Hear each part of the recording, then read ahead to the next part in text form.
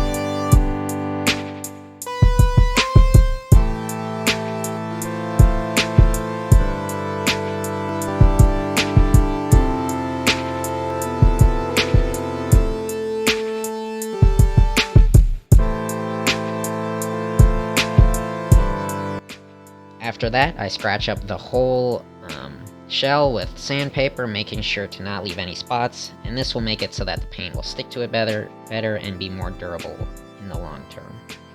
Then I tape off the places that I don't want painted and bring it outside to be painted.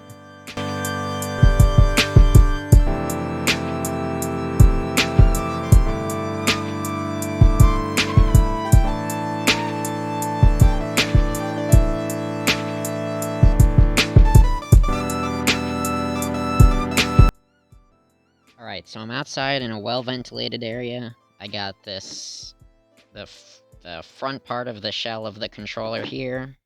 Back part here, I just set it on this little spray painting box I use. Got some gross bugs in it. And I've got this flat white primer, so basically what I'm going to do is I'm going to shake this up for about a minute, vigorously. Then I'm just going to lightly coat the whole shell as much as I can, make sure not to miss any spots. But I'll go really lightly with the coat, and then once I'm done with that, I'll let it dry for about a minute, or not a minute. I'll let it dry for like a half hour, then I'll go back over it with some black. Some things I would recommend is definitely wear a mask, even though if you're in a well-ventilated area. You don't want to mess up your lungs or anything. And also make sure to go really light on the coat, because otherwise it'll just look really bad. And yeah, see you guys in a minute.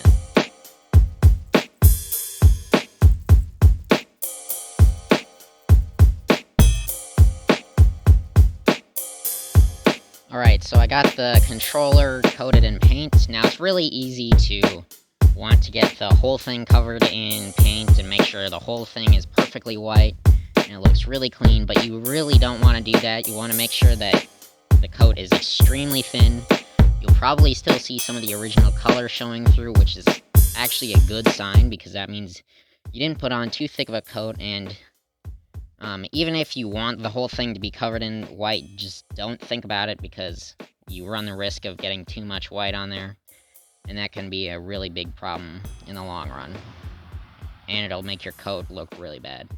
Alright, so for cleanup of the paint can, I just take this paint thinner, pour it into a little container, and then I will take the can, just hold it upside down, dip it in the thinner, let it sit for like 30 seconds or so, and then just wipe it off with like a leaf or something. Just shake that around a bit, let it drain. Then I'll just, I don't know, like rip a leaf out of the ground and just wipe it off. And now you want to make sure there's no paint on that little black tip there. It'll focus. Once you got that wiped off, just throw the cap back on, pour it back into the container, very messily. So another way you can do it is you can just hold the can upside down like this and just spray until no more paint comes out, just the stuff that makes it shoot out or whatever. And you can do that, but it does waste paint, and it also wastes the I forgot what it's called, but the stuff that makes it under pressure. So I don't do that, but it's always an option.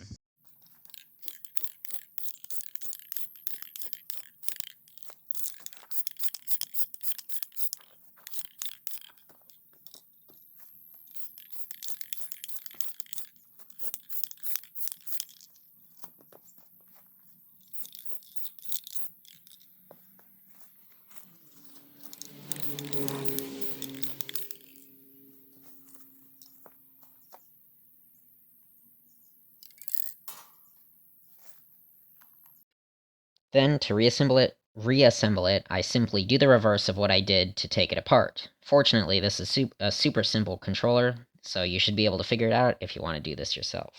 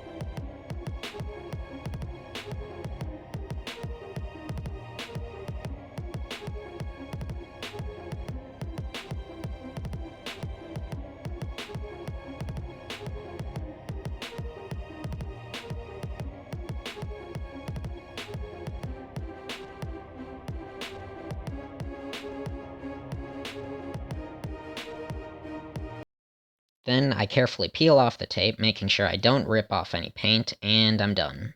One thing you're going to want to note is that you should wait about a week before you handle it for long periods of time so the paint can fully dry. Other than that, you're done. Thanks for watching. If you enjoyed this video or it helped you in any way, consider leaving a like and subscribing. Goodbye.